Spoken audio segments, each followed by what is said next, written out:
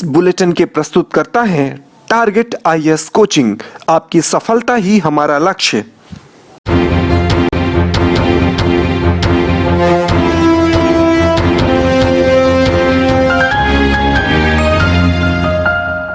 नमस्कार, आप देख रहे हैं रिवा दर्शन। मैं हूं उपेंद्र द्विवेदी। आइए जान लेते हैं क्या है आज की प्रमुख खबरें।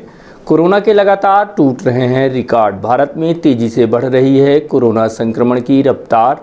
पिछले दिवस की बात करें तो एक दिन में 2,34,692 केस सामने आए हैं। बढ़ते कोरोना संक्रमण के प्रकोप को देखते हुए प्रशासन व स्वास्थ्य महकमा हुआ हाई अलर्ट। बनाई जा रही है अनेकों व्यवस्थाएं। कोरोना कर्फ्यू में लगाए गए प्रतिबंधों के विरोध में सब्जी व्यापारियों ने जताया विरोध। सड़कों पर फेंकी गई सब्जियां। स्वतंत्रता संग्राम सेनानी महिला सत्यवती सिंह का निधन। प्रशासन व पुलिस ने गार्ड ऑफ ऑनर के साथ किया उनका अंतिम संस्कार। और कोरोना कर्फ्यू में जगह जगह पुलिस का कड़ा पहरा। फिर भी जारी है मादक पदार्थों की तस्करी। रीवा में फिर पकड़ी गई एक बड़ी गांजे की खेप। इन खबरों को आगे हम विस्तार से देखते हैं।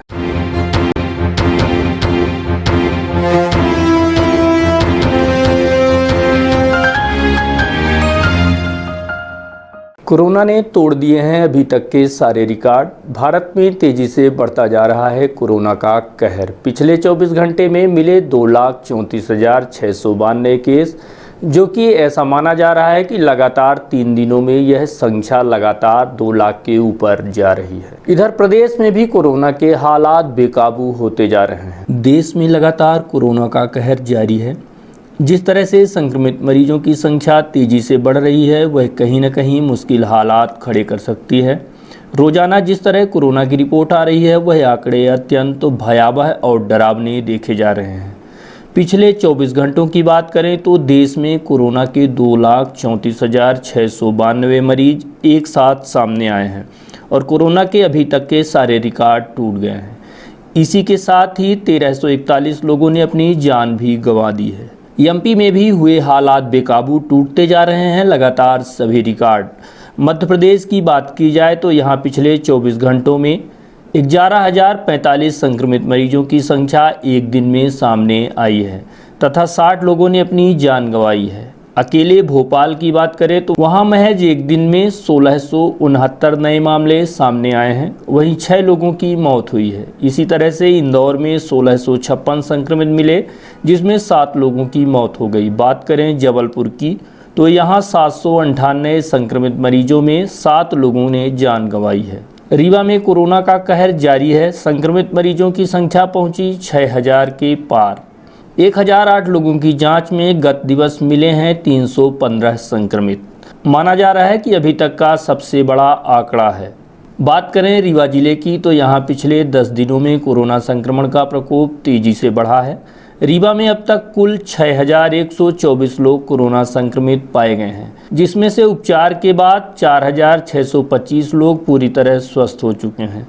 रीवा जिले में पिछले 1 वर्ष में कोरोना संक्रमण से 38 लोगों की मृत्यु भी हो चुकी है। इसमें से अधिकांश लोग गंभीर बीमारी से ग्रसित थे। मुख्य चिकित्सा एवं स्वास्थ्य अधिकारी डॉक्टर ML गुप्ता के मुताबिक जिले में 1,499 कोरोना संक्रमित अभी भी एक्टिव हैं। कोरोना उपचार के लिए सभी आवश्यक सुविधाएं उपलब्ध कराई जा रही हैं।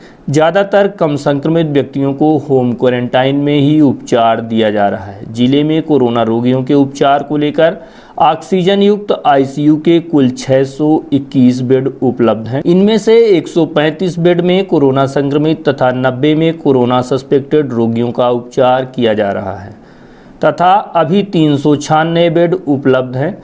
इसके अलावा संजय गांधी चिकित्सालय में कोविड वार्ड भी बनाए जा रहे हैं। बढ़ते कोरोना संक्रमण के प्रकोप को लेकर प्रशासन व स्वास्थ्य महकमा हुआ हाई अलर्ट। किए जा रहे हैं जरूरी इंतजाम। देश प्रदेश सहित रीवा में लगातार बढ़ रहे कोरोना संक्रमण के प्रकोप को देखते हुए एक तरफ जहां कोरोना कर्फ्यू लगाया गया है, वहीं दूसरी तरफ जिला प्रशासन एवं स्वास्थ्य विभाग हाई अलर्ट पर है तथा मरीजों का उपचार किए जाने की दिशा में समुचित व्यवस्था बनाने की दिशा में प्रयास किए जा रहे हैं। संक्रमित मरीजों के लिए जहां पहले से ही 276 बेड रिजर्व थे, वहीं इन्हें बढ़ाकर 440 किया जा रहा है। साथ ही 240 बेडों पर ऑक्सीजन की भी व्यवस्था बनाई जा रही है। वहीं 200 बेडों में आईसीयू, एचडीयू यानी वेंटिलेटर सपोर्ट दिया जा रहा है। इसके अलावा संक्रमित मरीजों का उपचार किए जाने की दिशा में अन्य उपचार व ऑक्सीजन की पर्याप्त व्यवस्था भी बनाई जा रही है। कोरोना मरीजों को संजय गांधी अस्पताल में बेहतर इलाज मिल सके, इसके लिए लगातार प्रयास किए जा रहे हैं। अस्पताल के चिकित्सा अधिकारियों की इस पर नज़र भी बनी है। कोरोना मरीजों को संजय गांधी अस्पताल में बेहतर इलाज मिल सके, इस दिशा में लगातार प्रयास किए जा रहे हैं। अस्पताल के चिकित्सा अधिकारियों ने भी इस पर नज़र बना रखी है। पर्याप्त संख्या में डॉक्टरों के साथ ही वार्ड बॉय की भी ड्यूटी लगाई गई है, जिससे मरीजों को किसी तरह की परेशानी का सामना ना करना पड़े। संजय गांधी अस्पताल में कोविड मरीजों की संख्या तेज़ी से बढ़ रही है। उनके उपचार की समुचित व्यवस्था की जा रही है। अभी 176 बेड कोविड मरीजों के लिए रिजर्व हैं, जिसे बढ़ाकर 440 किया जाना है। मरीजों की आवक के अनुसार इसे बढ़ाया जाएगा। इनमें से 200 बेड एचडीयू और आईसीयू अटैच रहेंगे, जबकि 240 बेडों में ऑक्सीजन की सप्लाई रहेगी। अस्पताल प्रबंधन को हाई अलर्ट पर रखा गया है। संजय गांधी अस्पताल में अभी 176 बेड कोविड मरीजों के लिए रिजर्व हैं, जिनमें से 104 में ऑक्सीजन सप्लाई और 72 में बेड आईसीयू एचडीयू में अटैच किए गए हैं। लेकिन लगातार बढ़ रही मरीजों की संख्या को देखते हुए इन बेडों को बढ़ाकर 200 किया जा रहा है, जबकि ऑक्सीजन युक्त बेडों की संख्या भी बढ़ाकर 240 की जानी है। ज़रूरत पड़ने पर और बेडों की संख्या इससे भी ज़्यादा की जा सकती है। संजय गांधी मेमोरियल एवं सुपर स्पेशलिटी हॉस्पिटल में ऑक्सीजन की भी पर्याप्त व्यवस्था है। जीएमएच में 10 किलोलीटर वाले ऑक्सीजन के साथ ही 20 किलोलीटर का एक और भी ऑक्सीजन टैंक कुछ दिन पहले लगा दिया गया है। इससे कोविड व नॉन कोविड बेडों में सप्लाई शुरू की गई है, जबकि सुपर स्पेशलिटी हॉस्पिटल में 10-10 किलोलीटर वाले 2 टैंक लगाए जा चुके हैं। जल्द ही इससे भी सप्लाई शुरू कर दी जाएगी। इसके लिए जोरों से काम किया जा रहा है। साथ ही संजय गांधी अस्पताल में कोरोना के बढ़ते मरीजों को देखते हुए वेंटिलेटर भी बढ़ा दिए गए हैं। इसके अलावा और वेंटिलेटर की मांग की गई है, जो जल्द ही मिल जाएंगे। अस्पताल प्रबंधन द्वारा पर्याप्त व्यवस्था की जा रही है, जिससे मरीजों को किसी भी प्रकार की कोई परेशानी ना हो। जैसे कि आपको पता है, ये डेडिकेटेड कोविड हॉस्पिटल हो रहा है, करीब करीब होने के कगार पर है। हमने अपने यहाँ पूरी तैयारियाँ, पहले फेज़ की तैयारियाँ कंप्लीट कर रखी हैं। 220 ऑक्सीजन बेड्स के साथ हम पहले से ही तैयार हैं, और इसके अलावा अभी लगातार जो हमारे कमिश्नर साहब हैं और कलेक्टर साहब हैं वो रिव्यू करते हैं डेली, तो उसमें उनके निगरानी पर अभी हम और बेड बढ़ा रहे हैं। अपने ऑक्सीजन बेड्स नीचे के फ्लोर्स भी ऑक्यूपाई करके उनको डेडिकेटेड कोविड बेड के रूप में डिक्लेयर करके और संख्याओं को बढ़ा रहे हैं। पर्याप्त संख्या में बिस्तर उपलब्ध है, और वो उसमें ऑक्सीजन की सप्लाई, जो सेंट्रल ऑक्सीजन की सप्लाई है, उसके लिए हमारा लिक्विड ऑक्सीजन का एक प्लांट है जो तैयार है। 30 mld इसमें ऑक्सीजन, हम 30 mld का पूरा ऑक्सीजन भरता है, और उसमें करीब करीब लगातार डेली अल्टरनेट डे हमको लिक्विड ऑक्सीजन लेके टैंक आके भर देते हैं उसे, तो उससे सप्लाई होती है, वो है। इसके अलावा बैकअप भी हम रखते हैं अपने पास, तो ऑक्सीजन की कोई कमी नहीं है। ऑक्सीजन के साथ हम पूरी तरह तैयार हैं अपने पेशेंट्स के लिए। संजय गांधी अस्पताल पूरे अलर्ट मोड में,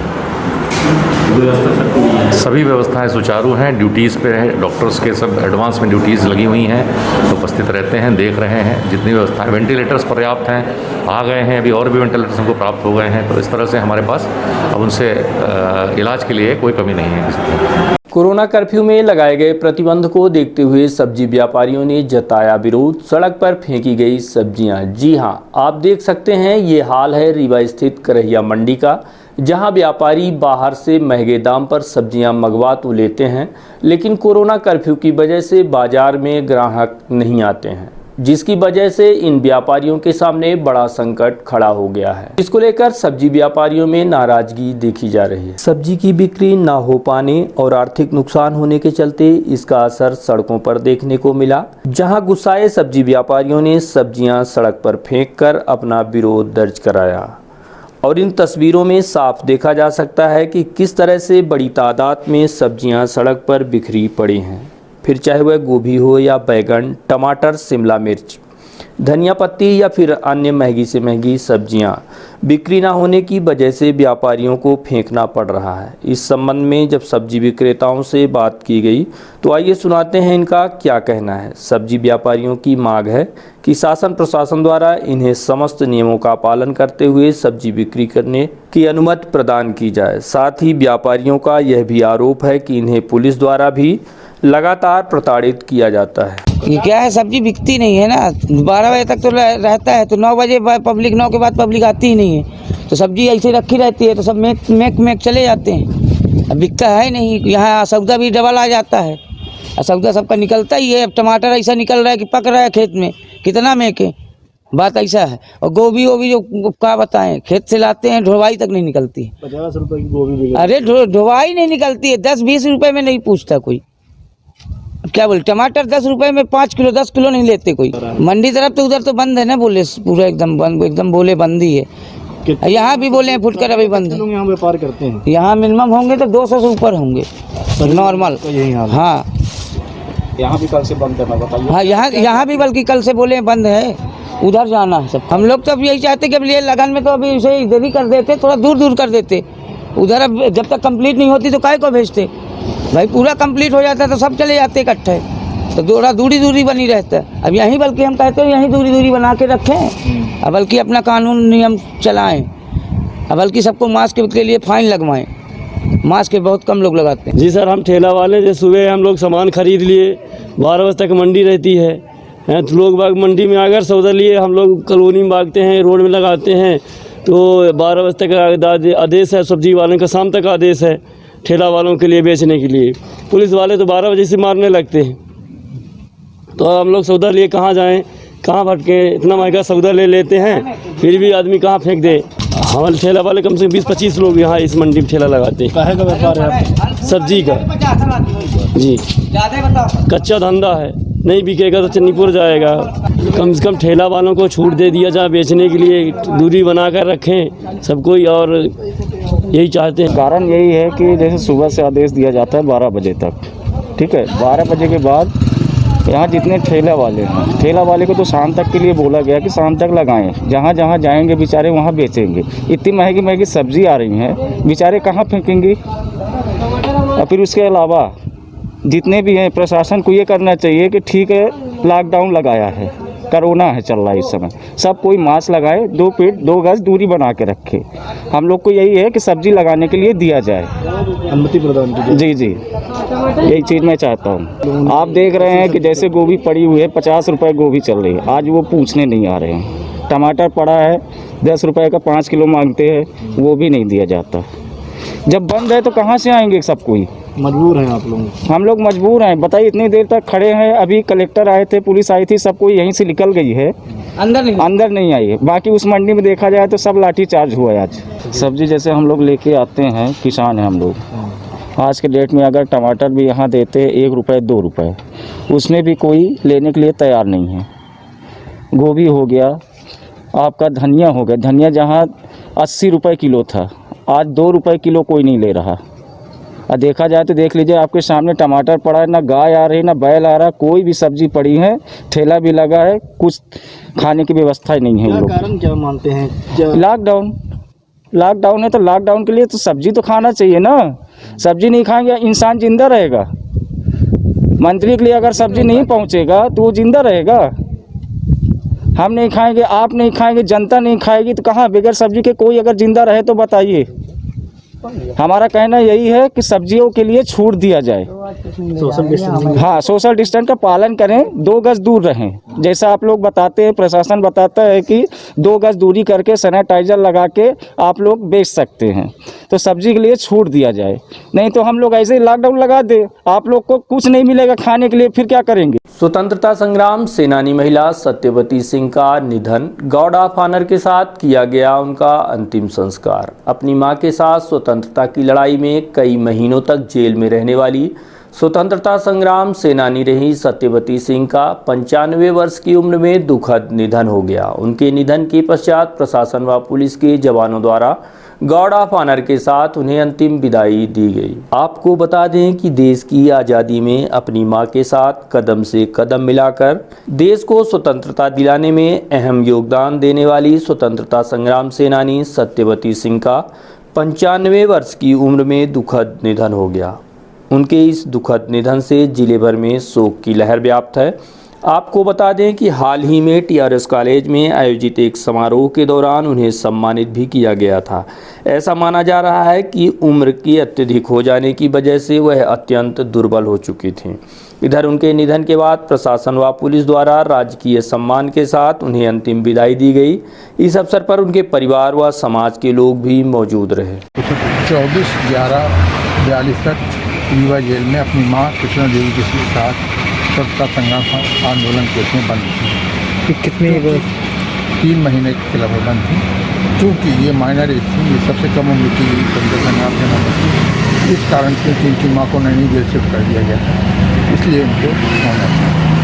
अभी इनकी उम्र कितनी रही है, कैसे 94 क्रॉस करके 95 साल से। अभी हाल ही में प्रदेश सरकार द्वारा इनको सम्मानित भी किया गया। प्रदेश सरकार द्वारा श्रीमान कलेक्टर महोदय रीवा एवं टीआरएस विद्यालय द्वारा इनको सम्मानित किया गया। स्वतंत्रता संग्राम सेनानी सत्यवती सिंह का आज हम मतलब को मरणोपरांत गार्ड ऑफ ऑनर दिया गया है।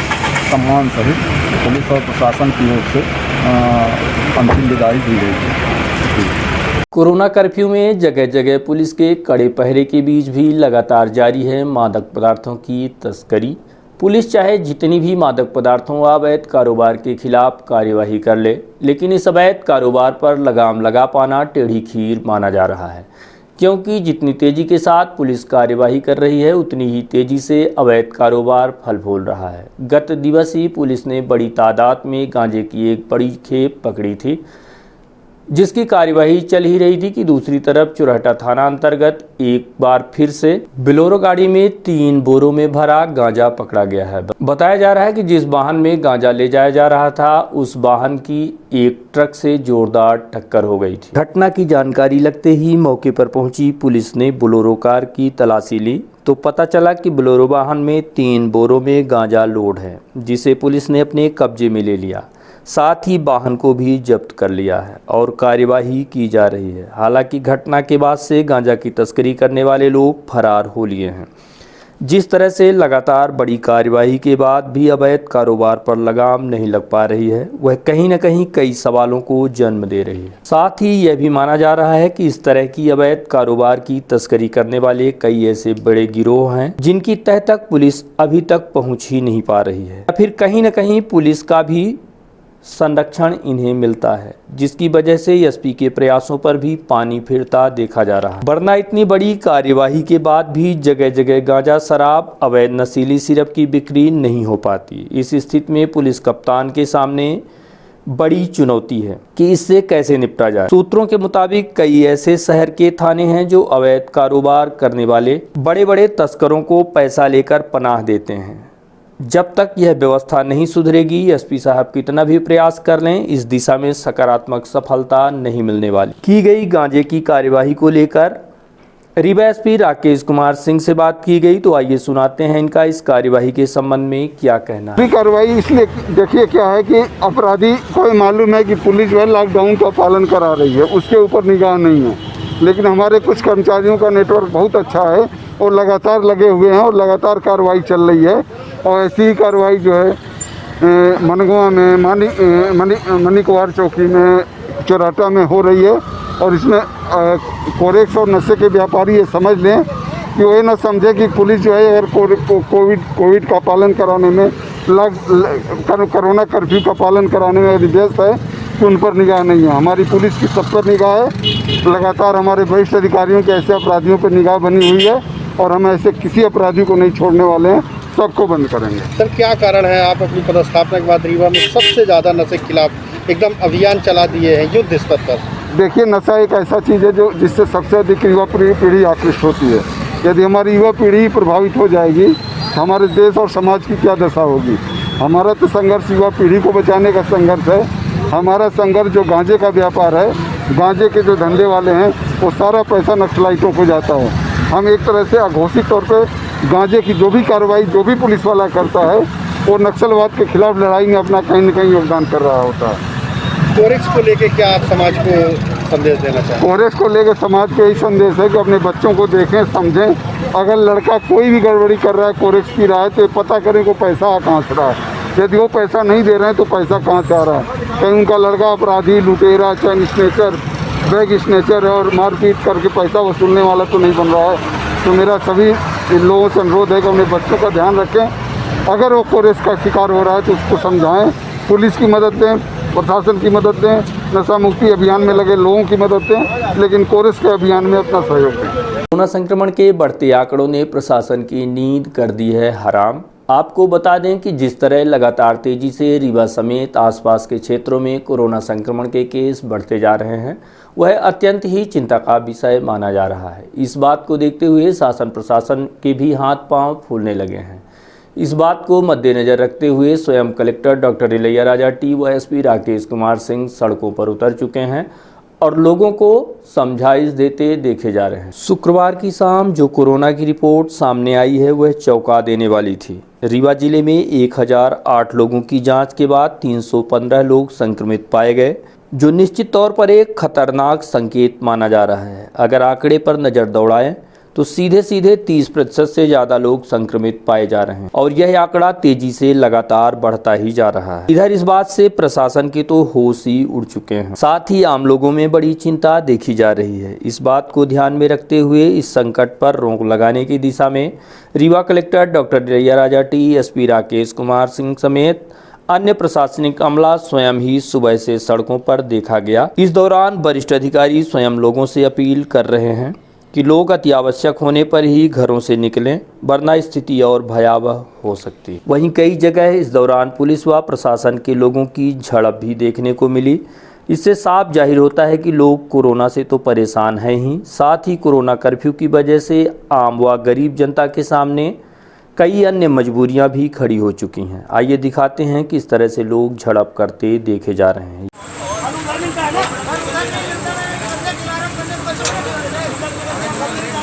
भैया भैया भैया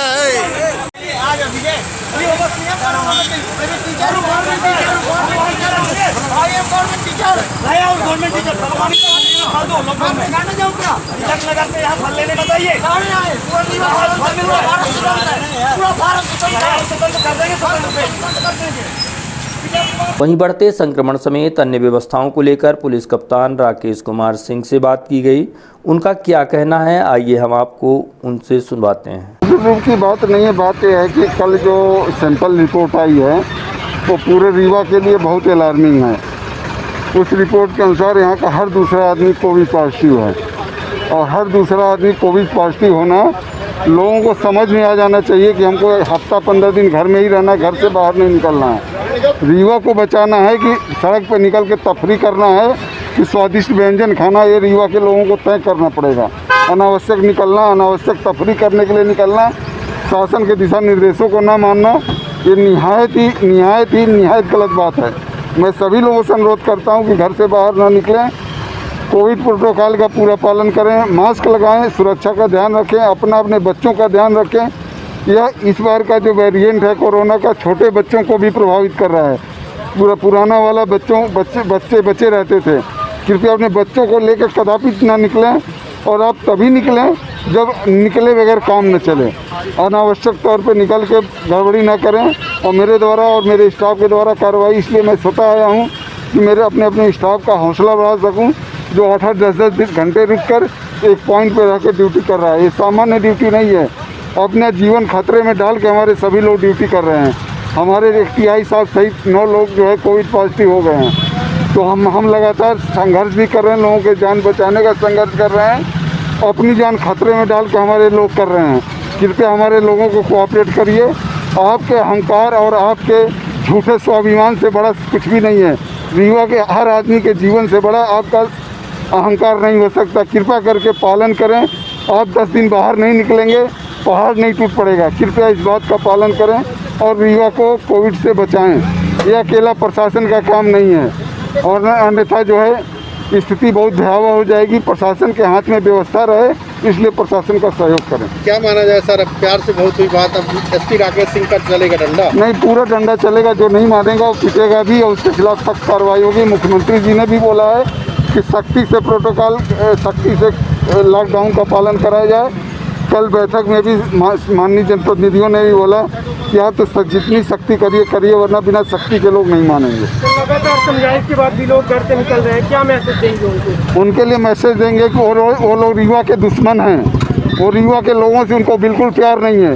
वे जो है कोरेस का धंधा करने वाले और गांजे का धंधा करने वालों से भी ज़्यादा नीच कर्म कर रहे हैं जो इस तरह बाहर निकल रहे हैं। सब्जी मंडी से हटाया गया अवैध अतिक्रमण। कोरोना कर्फ्यू के बीच शनिवार को Rewa collector doctor Ilaiya Raja T, SP Rakesh Kumar Singh सहित नगर निगम कमिश्नर मृणाल मीणा द्वारा नगर का भ्रमण किया जा रहा था। इसी बीच सब्जी मंडी में भीड़ देखी गई, जिसको देखते हुए अधिकारी मौके पर पहुंचे और मंडी में एकत्रित भीड़ को वहां से खदेड़ा गया। इस दौरान मंडी में कई जगह अतिक्रमण भी देखा गया, जिसे हटाने की तत्काल कार्यवाही शुरू कर दी गई। कोरोना कर्फ्यू के दौरान करहिया मंडी में थोक सब्जी बिक्री की जाने की व्यवस्था बनाई गई है, जिसके अलावा फुटकर सब्जी बिक्री करने ठेला व्यापारियों को भी छूट दी गई है। बावजूद इसके शहर के मध्य बनी सब्जी मंडी में सब्जी बिक्री करने वाले व्यापारियों की अच्छी खासी भीड़ देखी गई, जिसे देखते हुए शहर भ्रमण पर निकले अधिकारी तत्काल सक्रिय हो गए और मौके पर पहुंचकर सब्जी बिक्री कर रहे लोगों को वहां से हटाया गया।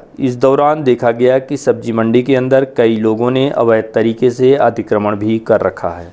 अवैध अतिक्रमण को देखकर इसे तत्काल हटाने का निर्णय लिया गया और नगर निगम कमिश्नर मृणाल मीणा के निर्देशन पर अवैध अतिक्रमण के खिलाफ तत्काल कार्यवाही शुरू की गई और देखते ही देखते मंडी में फैले अतिक्रमण को हटा दिया गया। सब्जी मंडी में कई वर्ष पुराने, कम से कम 200-300 साल पुराने अतिक्रमण को हटाया गया और माननीय महोदय के निर्देश पर एक कार्यवाही की गई और सब्जी मंडी को अतिक्रमण मुक्त कराया गया और भविष्य में प्रयास रहेगा कि सब्जी मंडी अतिक्रमण मुक्त हो। दुकान सड़क पर लगाए गए उनको भी हटाया गया है। जुर्माना की कार्रवाई की गई है, जुर्माना कार्रवाई की गई है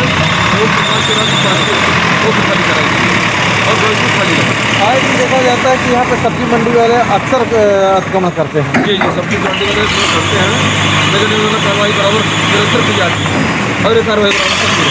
आम जनमानस को संक्रमण से बचाने नगर निगम कमिश्नर मृणाल मीणा ने भी मोर्चा संभाल लिया है। कोरोना संक्रमण से आम जनता को बचाने की दिशा में शासन प्रशासन द्वारा अनेकों प्रयास किए जा रहे हैं, फिर चाहे वो तमाम व्यवस्थाओं को बनाने की बात हो या फिर लोगों को जागरूक करने की। रीवा कलेक्टर व एसपी के बाद अब नगर निगम कमिश्नर भी लोगों को जागरूक करने सड़कों पर उतर आए हैं और लोगों को जागरूक किया जा रहा है। शनिवार को नगर निगम आयुक्त सब्जी मंडी पहुंचे, जहां भारी अव्यवस्था देखने को मिली।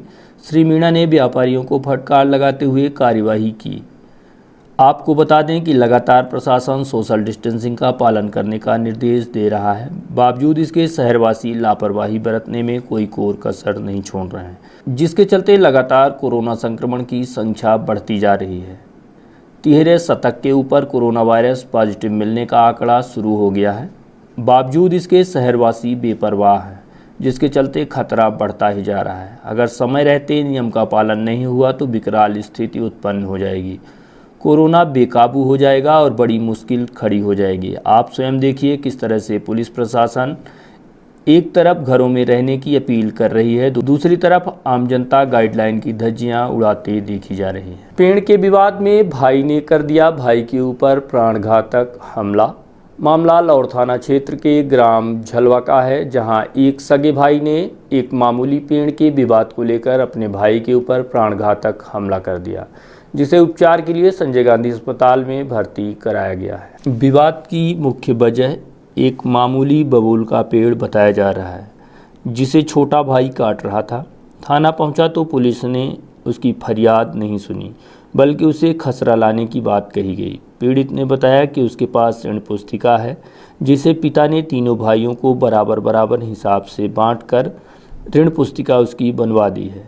इसके बावजूद बड़ा भाई राधेश्याम उपाध्याय उर्फ ठाकुरदीन उसके साथ मारपीट कर रहा था। इसी बात को लेकर विवाद इतना गहरा गया कि मारपीट तक की नौबत आ गई। और भाई ने भाई के ऊपर प्राणघातक हमला कर दिया। इधर संजय गांधी अस्पताल पहुंचे घायल जयप्रकाश उपाध्याय ने दोषियों के खिलाफ कार्यवाही की मांग की। आइए सुनाते हैं पीड़ित का क्या कहना है। जयप्रकाश उपाध्याय, क्या घटना हुई है? मेरे साथ मेरा भाई मारपीट किया। मैं अपने खेत का बमूल बेच रहा था, निजी पट्टा है मेरे नाम उस खेत का। तो आया तो मेरे साथ लपटी लपटा किया। फिर वहाँ जो काट रहे थे लकड़ी, तो उनका टांगा छुड़ा के मुझे पीटा है टांगे के बेंट से। क्या नाम है भाई का? भाई का राधेश्याम उपाध्याय उर्फ ठाकुर दिन। कितने बजे की घटना है ये? 8 साढ़े 8 बजे की। कहाँ की घटना है? झलवार क्षेत्र की। थाना कौन सा है? लौर। थाने में शिकायत की आपने? मैं गया तो वहाँ से मैं भगा दिया गया। बोला दिन खसरा ले आओ, तो मैं बोला मेरे पास खसरा नहीं है, लॉकडाउन है, नहीं निकल रहा। कापी है दिन पुष्ट का, उसकी जांच करवा लीजिए, 100 नंबर मेरे गांव में गई है। तो वो बोले दरोगा साहब मैं तुम्हारा नौकर हूँ तो कि तुम्हारी उसका जांच करवाऊँ कापी का। भाग यहाँ से, भगा दिए लाहौर थाने में। तो अब यहाँ पर अस्पताल में आपने दिखाया है? जी दिखाया है यहाँ पे। तो अभी रिपोर्ट नहीं मिली है, बोले कि वो डॉक्टर साहब को मिलेगी, तुमको नहीं मिलेगी। कहाँ चोट आई है? कमर पे मुझसे चलते नहीं बनता ना फिरते बनता सर। काहे से मारे हैं? टांगे के पेट से।